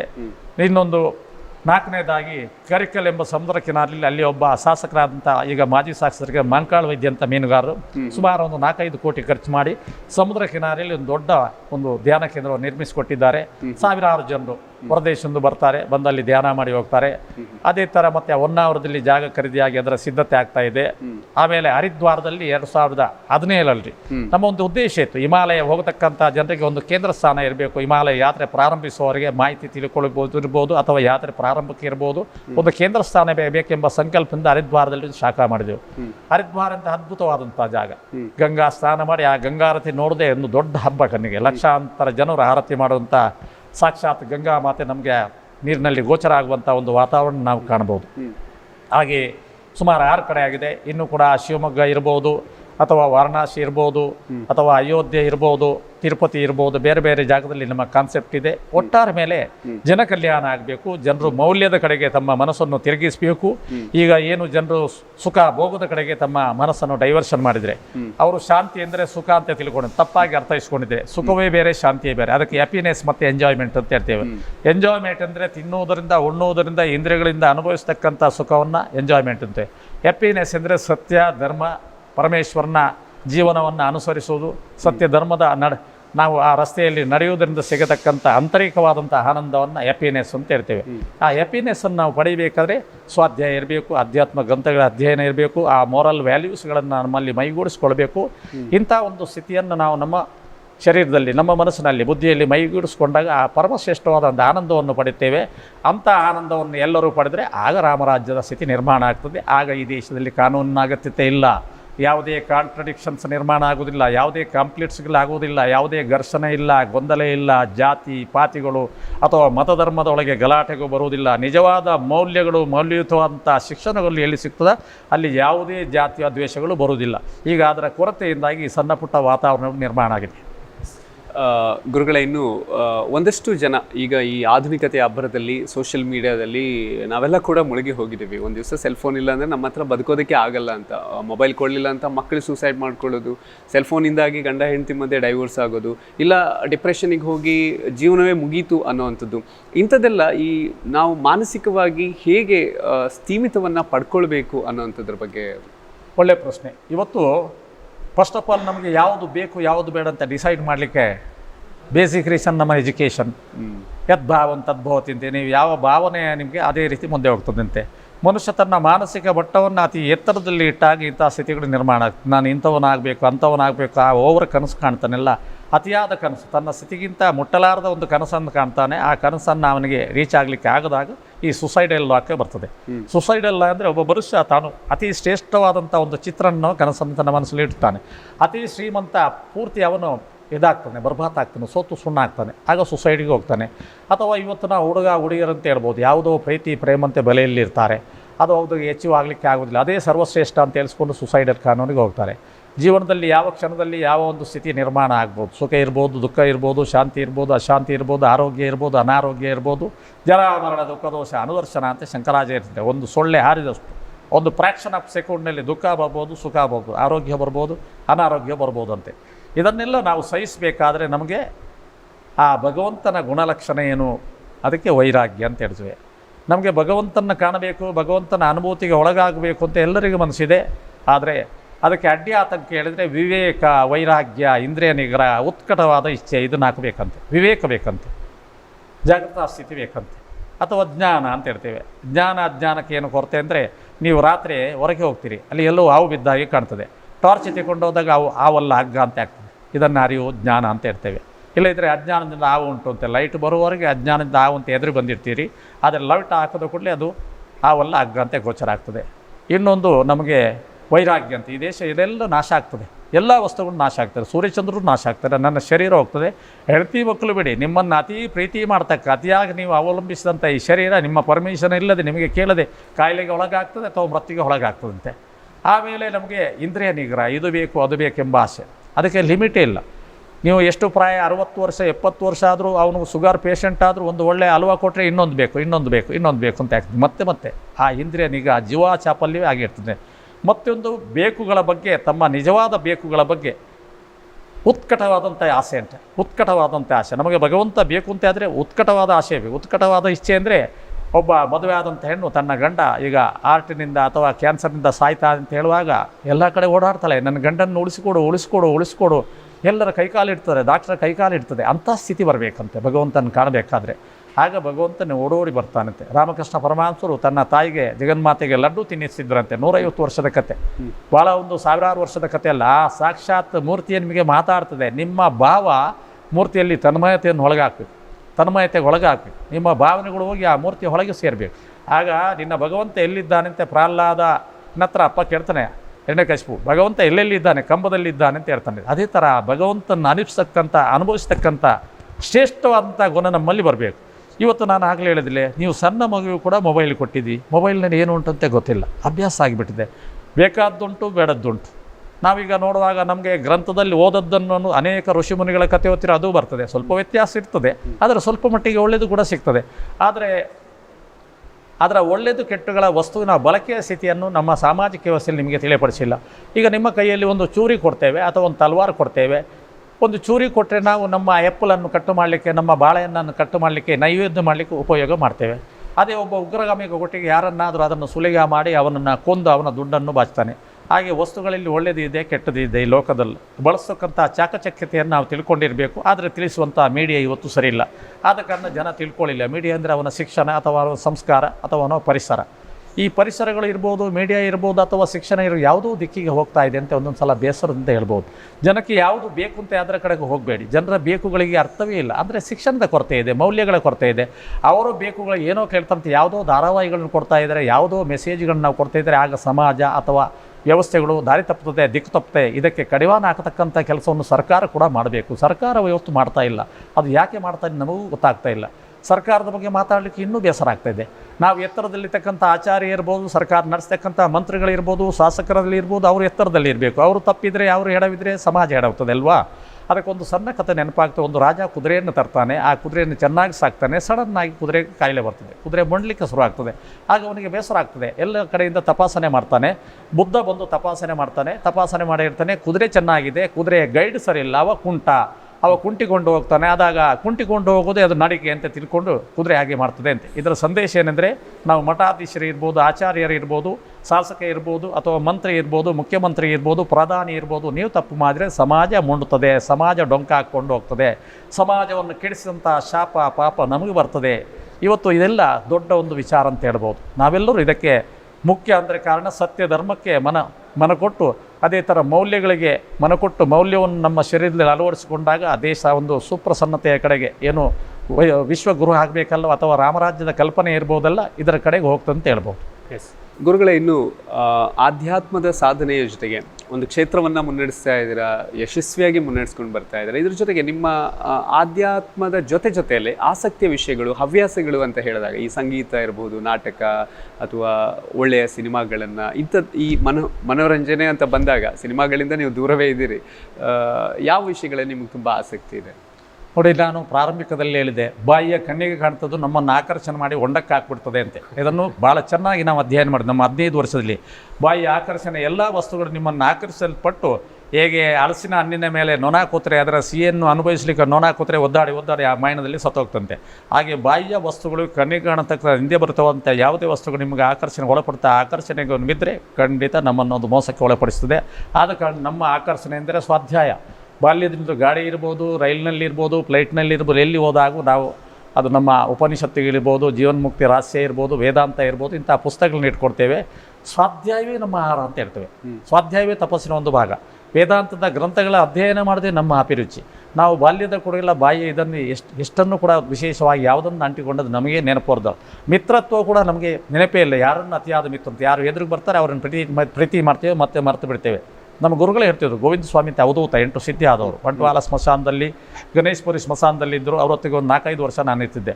ಯಾವುದೇ ಬಾಹ್ಯದ ವಸ್ತುಗಳನ್ನು ಪ್ರೀತಿ ಮಾಡಬೇಡ, ಯಾವ ಸಂಬಂಧಿಗಳನ್ನ ಅತಿಯಾಗಿ ಹಚ್ಕೋಬೇಡ, ಲೋಕವನ್ನು ಅತಿಯಾಗಿ ಹಚ್ಕೋಬೇಡ, ಅದು ನಮಗೆ ದುಃಖಕ್ಕೆ ಕಾರಣ ಆಗ್ತಂತ ಹೇಳ್ತಾರೆ. ಬಹಳ ಸತ್ಯ. ಆದ ಕಾರಣ ನಮಗೆ ದುಃಖದಿಂದ ಮುಕ್ತಿಯನ್ನು ಕೊಡ್ತಕ್ಕಂಥ ನಮ್ಮ ಆತ್ಮ ಇದೆಯಲ್ಲ, ಜೀವಾತ್ಮಕ ಒಡೆಯನಾದಂಥ ಪರಮಾತ್ಮ ಇದ್ದಾನೆ. Let may be called a supernatural energy, ಅಲೌಕಿಕವಾದಂಥ ಶಕ್ತಿ. ಆ ಶಕ್ತಿಯನ್ನು ನಂಬಿ ಅದರ ಕಡೆಗೆ ನಿರಂತರ ನಮ್ಮ ಚಿಂತನೆ ಹರಿಸಿದಾಗ ಯದ್ಭಾವಂತ ತದ್ಭವತಿ. ನೀನು ಯಾವುದನ್ನು ಚಿಂತನೆ ಮಾಡ್ತೀವಿ ಅದೇ ಆಗ್ತಿ ಅಂತ. ನೀನು ಶ್ರೇಷ್ಠವಾದ ಸಂತನಾಗಬೇಕಂತ ಅದೇ ಆಗ್ತೀವಿ, ಶ್ರೇಷ್ಠವಾದ ವಿಜ್ಞಾನಿ ಆಗಬೇಕು ಅಂತ ಅದೇ ಆಗ್ತೀವಿ, ಶ್ರೇಷ್ಠವಾದ ಆರ್ಥಿಕ ತಜ್ಞ ಅಂದರೆ ಅದೇ ಆಗ್ತಿ, ಶ್ರೇಷ್ಠವಾದ ವಕೀಲ ಆಗಬೇಕ ಅದೇ ಆಗ್ತಿ, ಒಬ್ಬ ಪ್ರವೀಣನಾದ ಕಳ್ಳನಾಗಬೇಕಂತ ನೀನು ಚಿಂತಿಸಿದೆ ಪ್ರವೀಣನಾದ ಕಳ್ಳನೇ ಆಗ್ತಿ ಅಂತ ಶಾಸ್ತ್ರಜ್ಞರು ಹೇಳ್ತಾರೆ. ಆ ನಿಟ್ಟಿನಲ್ಲಿ ನಮ್ಮ ಬೇಕು ಬೇಡಗಳನ್ನು ನಮ್ಮ ಮನಸ್ಸಿಂದ ನಾವು ನಿರ್ಧರಿಸಬೇಕಂತೆ. ಮನಸ್ಸು ವಾಯುವಾಹಿನಿಯಂತೆ ಎರಡು ಕಡೆಗೆ ಹರಿತದೆ. ನದಿಯಾದರೆ ಏಕಪ್ರಕಾರವಾಗಿ ಪೂರ್ವ ಪಶ್ಚಿಮ ದಕ್ಷಿಣಕ್ಕೆ ಹರಿತದೆ. ಆದರೆ ಮನಸ್ಸು ಮೇಲ್ಮುಖವಾಗಿ ಹರಿತದೆ, ಕೆಳಮುಖವಾಗಿರ್ತದೆ. ತನ್ನ ಬುದ್ಧಿಜ್ಞಾನದ ಮನಸ್ಸನ್ನು ಮೇಲ್ಮುಖವಾಗಿ ಹರಿಸಿಕೊಂಡು ಶ್ರೇಷ್ಠವಾದ ಜ್ಞಾನಿಯಾಗಿ ಲೋಕ ಕಲ್ಯಾಣವನ್ನು ಮಾಡ್ಬೋದು, ವಿಜ್ಞಾನಿ ಆಗ್ಬೋದು, ಡಾಕ್ಟರ್ ಆಗ್ಬೋದು, ಏನೂ ಆಗ್ಬೋದು, ಸಂತನಾಗ್ಬೋದು. ಆದರೆ ಕನಿಷ್ಠವಾದ ಜ್ಞಾನದಿಂದ ಒಬ್ಬ ಲೋಕಕಂಟಕನಾಗಿ ಕೂಡ ಬದುಕಬಹುದಂತೆ. ಹಾಗೆ ಹರಿಯತಕ್ಕಂಥ ಮನಸ್ಸಿಗೆ ಹೇಗೆ ಕನ್ನಂಬಾಡಿಯಲ್ಲಿ ಅಣೆಕಟ್ಟು ಕಟ್ಟಿ ವಿಶ್ವೇಶ್ವರ ಮೈಸೂರನ್ನು ಹೇಗೆ ಸಾಮ್ರಾಜ್ಯ ಮಾಡಿದ್ದಾರ, ಹಾಗೆ ಚಂಚಲವಾದಂಥ ನಿಮ್ಮ ಮನಸ್ಸಿಗೆ ಒಂದು ಅಣೆಕಟ್ಟನ್ನು ಕಟ್ಟಿ ಒಂದು ಕಡೆ ಕೇಂದ್ರೀಕರಿಸಿ ಸದ್ಬಳಕೆ ಮಾಡಿದಾಗ ದೇಶಕ್ಕೆ ಕಲ್ಯಾಣದ ಕೆಲಸವನ್ನು ಮಾಡಬಹುದು. ಇನ್ನು ಕೊನೆಯದಾಗಿ ಈ ಸಂಸ್ಕಾರ ಅನ್ನೋ ವಿಷಯ ಬಂದಾಗ ಒಂದು 20, 30, 40 ವರ್ಷದ ಹಿಂದೆ ಬಹುಶಃ ನಿಮ್ಮ ಆ ಬಾಲ್ಯದ ದಿನಗಳನ್ನು ನೋಡಿದಾಗ ವೃದ್ಧಾಶ್ರಮಗಳ ಸಂಖ್ಯೆ ತುಂಬ ಕಡಿಮೆ ಇತ್ತು, ಜನ ಓದಿದವರು ತುಂಬ ಕಡಿಮೆ ಇದ್ದರು. ಆದರೆ ಈಗ ದೊಡ್ಡ ದೊಡ್ಡ ಡಿಗ್ರಿಗಳನ್ನು ಪಡಿತಾರೆ, ಫಾರಿನ್ ಯೂನಿವರ್ಸಿಟಿಗಳಲ್ಲಿ ಓದಿ ಬರ್ತಾರೆ. ಓಲ್ಡ್ ಏಜ್ ಹೋಮ್ಗಳು, ವೃದ್ಧಾಶ್ರಮಗಳ ಸಂಖ್ಯೆ ಜಾಸ್ತಿ ಆಗ್ತಾ ಇದೆ. ಸೊ ಎಲ್ಲೋ ಒಂದು ಕಡೆ ಕಲ್ತದ್ದು ಜಾಸ್ತಿ ಆದಷ್ಟು ಸಂಸ್ಕಾರ ಕಡಿಮೆ ಆಗ್ತಾ ಇದೆ. ಏನೊಂದು ಸಂದೇಶವನ್ನು ಕೊಡ್ತೀರಾ ಹೆತ್ತವರಿಗೆ? ಭಾಳ ವಿಚಾರ. ಇವತ್ತು ನಾನು ಈಗಾಗಲೇ ಹೇಳಿದಾಗೆ ನಿಮ್ಮಲ್ಲಿ 2 ಡಿಗ್ರಿ 3 ಡಿಗ್ರಿ ಇದ್ದರೆ ಅನೇಕ ಭಾಷೆಗಳಲ್ಲಿ ನೀವು ಮಾತಾಡ್ತೀರಿ. ಆದರೆ ನಿಮ್ಮ ಮಕ್ಕಳಿಗೆ ಸಂಸ್ಕಾರ ಕೊಡಲಿ. Who am I, what is my duties and rights, ಇದನ್ನು ನೀವು ತಿಳ್ಕೊಳ್ಳೋದ್ರೆ ನಿಮ್ಮ ಯಾವುದೇ ಶಿಕ್ಷಣ, I may be called as ಇದೆ ಅಂತಿಲ್ಲ, ಓನ್ಲಿ ಲಿಟ್ರೇಟ್ ನಾಟ್ ಎಜುಕೇಟ್ಸ್. ಏನು ಗೊತ್ತಿದೆ, you are getting the degree certificate not is at all. ಅದೇನು ಪ್ರಯೋಜನಕ್ಕೆ ಬರಲ್ಲ. ನಿಮಗೆ ಅರ್ನಿಂಗಿಗೆ ಸಂಬಳಕ್ಕಾಗಿ ಪ್ರಯೋಜನಕ್ಕೆ ಬರ್ಬೋದು. ನೀವು ಯಾವಾಗ ನಾನು ಯಾರು, ನನ್ನ ಕರ್ತವ್ಯ ಏನು, ನನ್ನ ತಂದೆಗಳು ಯಾರು, ನನ್ನ ತಂದೆ ಯಾರು, ತಾಯಿ ಯಾರು, ನಾನು ಎಲ್ಲಿಂದ ಬಂದಿದ್ದೇನೆ, ಎಲ್ಲಿಗೆ ಹೋಗ್ತೇನೆ, ಈ ಶಿಕ್ಷಣ ನಿಮಗೆ ಬಂದಾಗ ಆಗ ಯಾವುದೇ ಎಡವಟ್ಟಾಗೋದಿಲ್ಲ. ಇವತ್ತು ನಾನು ಬೆಂಗಳೂರಿನಲ್ಲಿ ನೋಡಿದ್ದೇವೆ, ನಮ್ಮೊಟ್ಟಿಗೆ ಓದಿದಂಥ ಅನೇಕ ಜಡ್ಜಿಗಳಿದ್ದಾರೆ, ಒಂದು 30 ಜನ ಇದ್ದಾರೆ. ಅವರು ಬೇಸರ ಮಾಡ್ತಾ ಇದ್ದಾರೆ. 25ರಿಂದ 35 ವರ್ಷದ ಒಳಗಿನ ಮಕ್ಕಳು 2 ಡಿಗ್ರಿ ಆದವರು ಡೈವರ್ಸಿಗೆ ಹೋಗ್ತಾರೆ, ಹುಡುಗರು ಹುಡುಗಿಯರು. ಕಾರಣ ಅಂದರೆ ಈಗೋ ನನ್ನ ಗಂಡ ಸರಿ ಇಲ್ಲ, ತುಂಬ ಅಹಂಕಾರಿ, ನನ್ನ ಹೆಂಡತಿ ನಾನು ಹೇಳಿದಾಗೆ ಕೇಳುವುದಿಲ್ಲ, ತುಂಬ ಅಹಂಕಾರಿ ಎಂಬ ಸುಲಭವಾದಂಥ ಕಾರಣಕ್ಕೆ ಡೈವರ್ಸ್ಗೆ ಹೋಗ್ತಾರೆ. ಇದಕ್ಕೆ ಕಾರಣ ಅಲ್ಲಿ ನಿಮ್ಮ ಆ ಒಂದು ಗ್ಯಾಪ್ ಇದೆಯಲ್ಲ, ಗ್ಯಾಪನ್ನು ಫಿಲ್ ಮಾಡಲಿಕ್ಕೆ, ಪ್ಯಾಚಪ್ ಮಾಡಲಿಕ್ಕೆ ನಿಮ್ಮೊಟ್ಟಿಗೆ ನಿಮ್ಮ ಹಿರಿಯರಿಲ್ಲ. ನೀವು ಐಸೋಲೇಷನ್ ಏಕಾಂಗಿಯಾಗಿ ನಿಮ್ಮ ಪ್ರೈಸ್ಯಾಗಿ ಎಲ್ಲೋ ಒಂದು ಫ್ಲ್ಯಾಟ್ನಲ್ಲಿ ಹೋಗಿರಲಿಕ್ಕೆ ಬಯಸ್ತೀರಿ, ಅಲ್ಲಿ ಸುಖದಲ್ಲಿ ಇರ್ಬೋದು ಅಂತ ನೀವು ಕಾಣ್ತೀರಿ. ತಾತ್ಕಾಲಿಕವಾದಂಥ ಸುಖಗಳು ಶಾಶ್ವತವಾದಂಥ ಸುಖವನ್ನು ಕೊಡಲಿಕ್ಕೆ ಸಾಧ್ಯತೆ ಇಲ್ಲ. ಇಂದ್ರಿಯ ಭರಿತವಾದಂಥ ಯೌವನದಲ್ಲಿ ಏನು ಕನಸು ಕಾಣ್ತೀರ ನಮ್ಮ ಮಕ್ಕಳು, ಹುಡುಗರು ಹುಡುಗಿಯರು, ಅದೆಲ್ಲ ತಾತ್ಕಾಲಿಕವಾದಂಥ ಸುಖವನ್ನು ಕೊಡ್ಬೋದು. ಆದರೆ ನಿರಂತರವಾದ ಸುಖವನ್ನು ಕೊಡಬೇಕಾದ್ರೆ ನಿಮ್ಮ ಹೆತ್ತವರು ಕೂಡ ನಿಮ್ಮೊಟ್ಟಿಗೆ ಇರಲೇಬೇಕಾಗ್ತದೆ. ಇವತ್ತು ನಾವು ಸಣ್ಣ ಸಣ್ಣ ಸುಖಕ್ಕಾಗಿ ಅಥವಾ ಶಿಕ್ಷಣದ ಕೊರತೆಯಿಂದಾಗಿ ಅತಿಯಾದ ಶಿಕ್ಷಣದ ಒಂದು ಹುಚ್ಚಿನಿಂದ ಏನಾಗ್ತದೆ, ಒಂದು ಸಣ್ಣ ಕತೆ ನೆನಪಾಗ್ತದೆ. ಒಬ್ಬ ಹುಡುಗ ಮದುವೆ ಆಗ್ತಾನೆ, ಮದುವೆ ಆಗಿ ಒಂದು ಮಗು ಹುಡ್ತದೆ, ಆಮೇಲೆ ಹೆಂಡತಿ ತೀರ್ತದೆ. ಮುಂಬೈಯಲ್ಲಿ ಹೋಗಿ ತುಂಬ ಶ್ರೀಮಂತನಾಗ್ತಾನೆ. ಕಾಲಕ್ರಮ ಬಡವ ಇದ್ದ, ಮುಂಬೈಗೆ ಶ್ರೀಮಂತ ಆಗ್ತಾನೆ.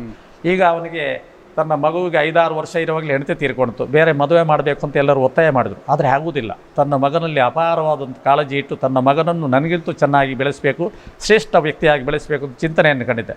ಆ ಮಗನಿಗೆ ಎಲ್ಲ ವಿಚಾರಗಳು ಟ್ಯೂಷನ್ ಕೊಡಿಸ್ತಿದ್ದ, ಜ್ಞಾನವನ್ನು ಕೊಡಿಸ್ತಿದ್ದ, ಅಧ್ಯಾತ್ಮ ಕೊಡಿಸಿದ್ದ. ಕಟ್ಟಗಡೆಗೆ ಮಗ ಬೆಳೆದು ದೊಡ್ಡವನಾದ. 25 ವರ್ಷ ಆಗಿದೆ. ಈಗ ಮಗನಿಗೆ ಮದುವೆ ಮಾಡಿದ್ದಾನೆ.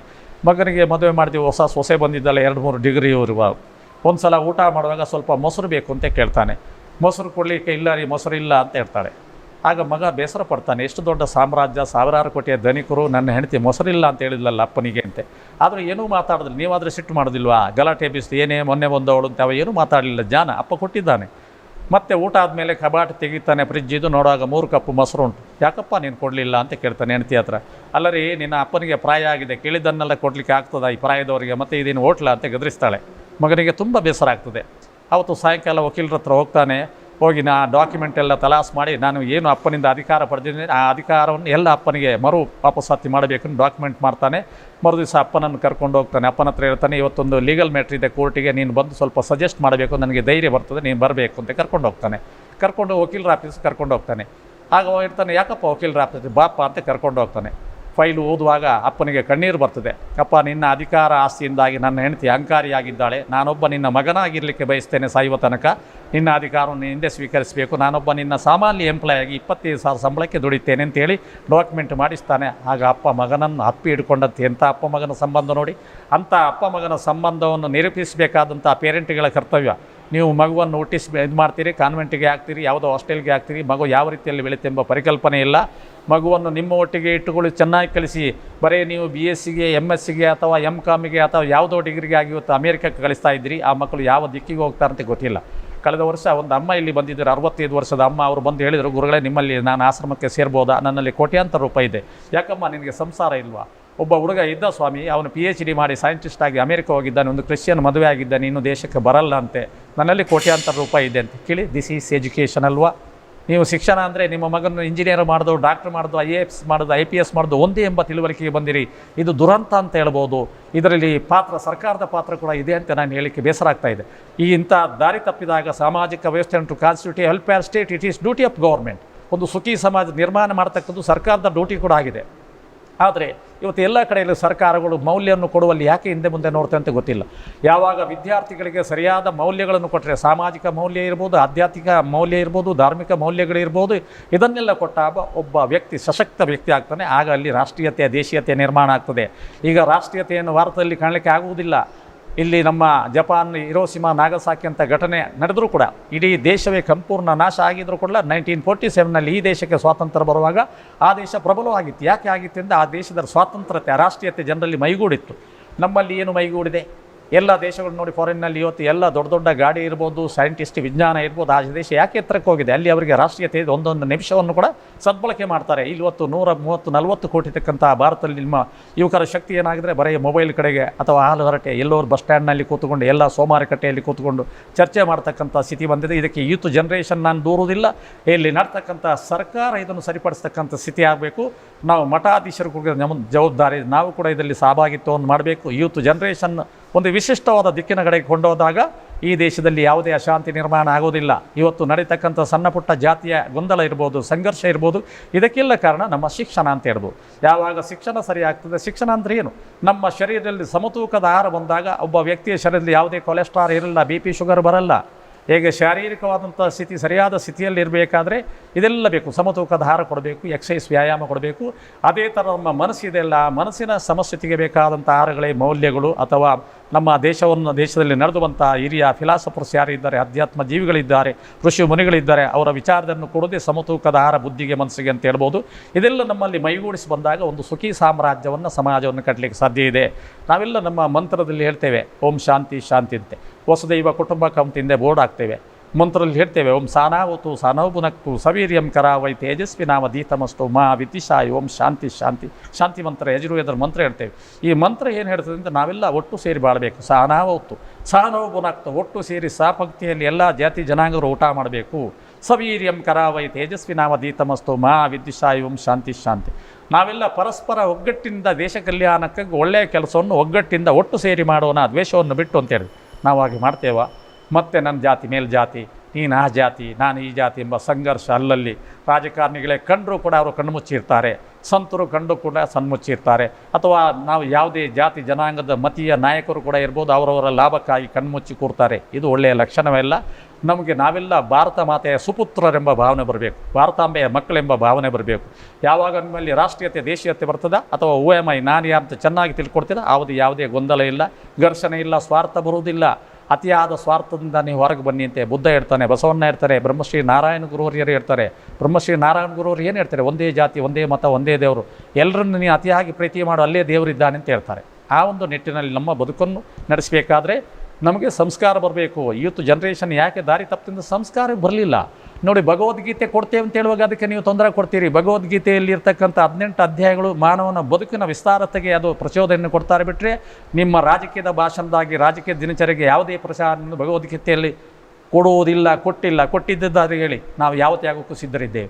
ಭಗವದ್ಗೀತೆಯಲ್ಲಿ ಯಾವುದೇ ಪ್ರಚೋದನೆ ಇಲ್ಲ, ಯಾವುದೇ ಕೆಟ್ಟ ಸಂಸ್ಕಾರಗಳಿಲ್ಲ. ನಿಮ್ಮ ರಾಜಕೀಯ ಬದುಕಿನಲ್ಲಿ ಬೇರೆ ಬೇರೆ ಪಕ್ಷಗಳಲ್ಲಿ ಕೆಟ್ಟ ವಿಚಾರಗಳಬಹುದು, ಒಂದು ಪಕ್ಷ ದಮನಿಸಲಿಕ್ಕೆ ಬರ್ಬೋದು, ಅಥವಾ ಒಂದು ಪಕ್ಷದ ಮೇಲೆ ಎರಚತಕ್ಕಂಥ ಸ್ಥಿತಿ ಮಾಡ್ಬೋದು. ಆದರೆ ನಮ್ಮ ಆಧ್ಯಾತ್ಮ ಗ್ರಂಥಗಳು ಹಾಗೆ ಮಾಡೋದಿಲ್ಲ.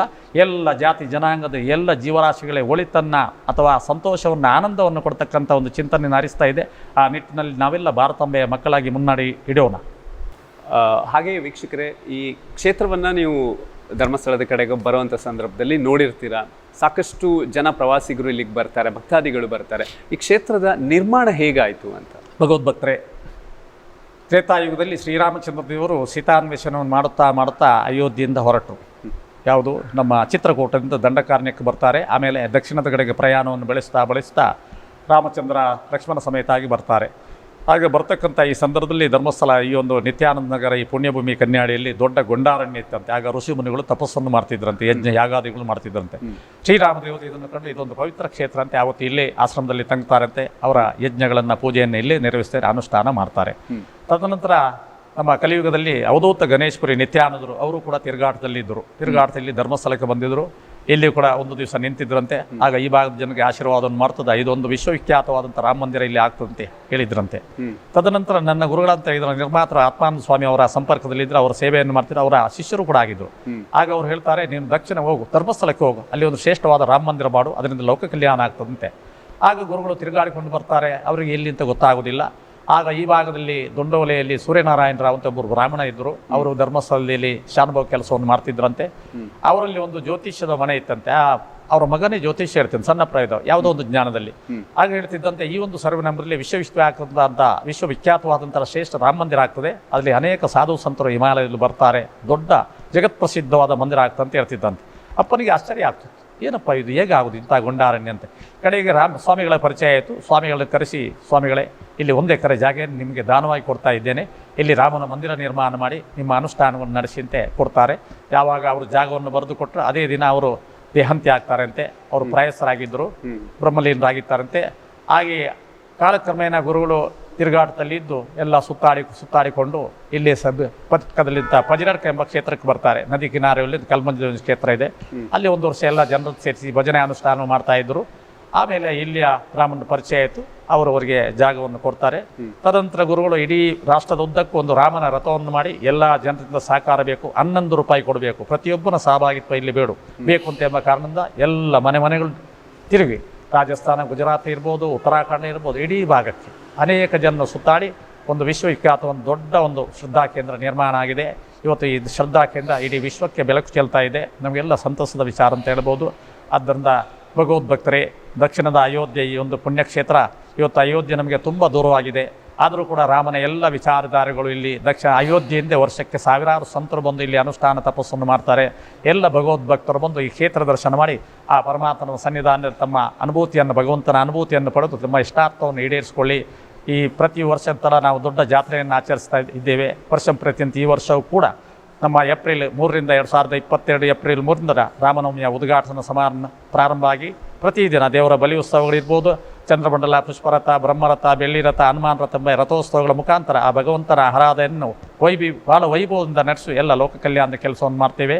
ಈ ಎಲ್ಲ ಭಗವತ್ ಕೈಂಕರ್ಯಲ್ಲಿ ಭಕ್ತಾದಿಗಳೆಲ್ಲ ಭಾಗವಹಿಸಿ ಧನ್ಯತೆಯನ್ನು ಪಡೆಯಬೇಕು. ಜೈ ಶ್ರೀರಾಮ್, ಜೈ ಶ್ರೀರಾಮ್, ಜೈ ಶ್ರೀರಾಮ್. ಕಾರ್ಯಕ್ರಮ ಮುಗಿಸೋದಕ್ಕೂ ಮುಂಚೆ ಪೂಜ್ಯ ಗುರುಗಳೇ, ಹೇಗನ್ಸು ಈ ಕಾರ್ಯಕ್ರಮ ಬಗ್ಗೆ? ಅಥವಾ ಸ್ಪಂದನ ಟಿವಿ ಜನಸ್ಪಂದನೆ ಕಾರ್ಯಕ್ರಮಗಳನ್ನು ನಿರಂತರವಾಗಿ ಮಾಡ್ಕೊಂಡು ಬರ್ತಾ ಇದೆ.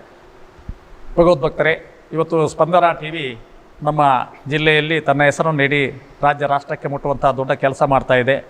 ಸ್ಪಂದನ ಟಿವಿಯ ಮುಖ್ಯಸ್ಥರಾದ ಸೆಬೆಸ್ಟಿನ್ ಅವರ ಪರಿವಾರ ಬಂದು ರಾಮಕ್ಷೇತ್ರದಲ್ಲಿ ಭಗವಂತನ ಮುಂದೆ ನಮ್ಮ ಏನು ವಿಚಾರಧಾರೆಯನ್ನು ತಿಳಿಯಪಡಿಸಲಿಕ್ಕೆ ಆಶಿಸ್ತಾರೆ.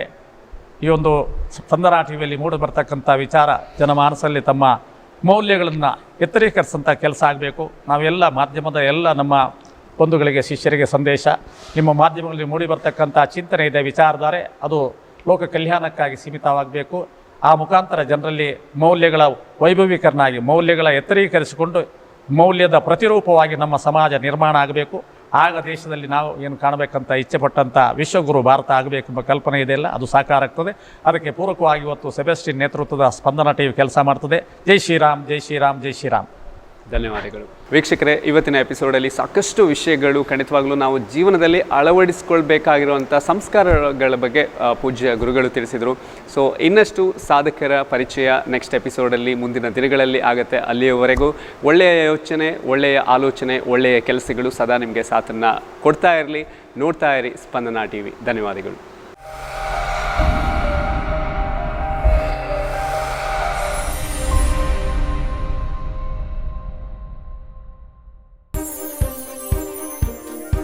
STM Film Studio, the complete movie solution. ಇಲ್ಲಿ film editing, background score, stereo mixing and mastering, preview with surround sound, 7.1 and 5.1 mixing and mastering, TI, TPX authoring, SFX, dubbing, sound recording ಮತ್ತು music programming ಗಾಗಿ ಸಂಪರ್ಕಿಸಿ STM Film Studio, the complete movie solution.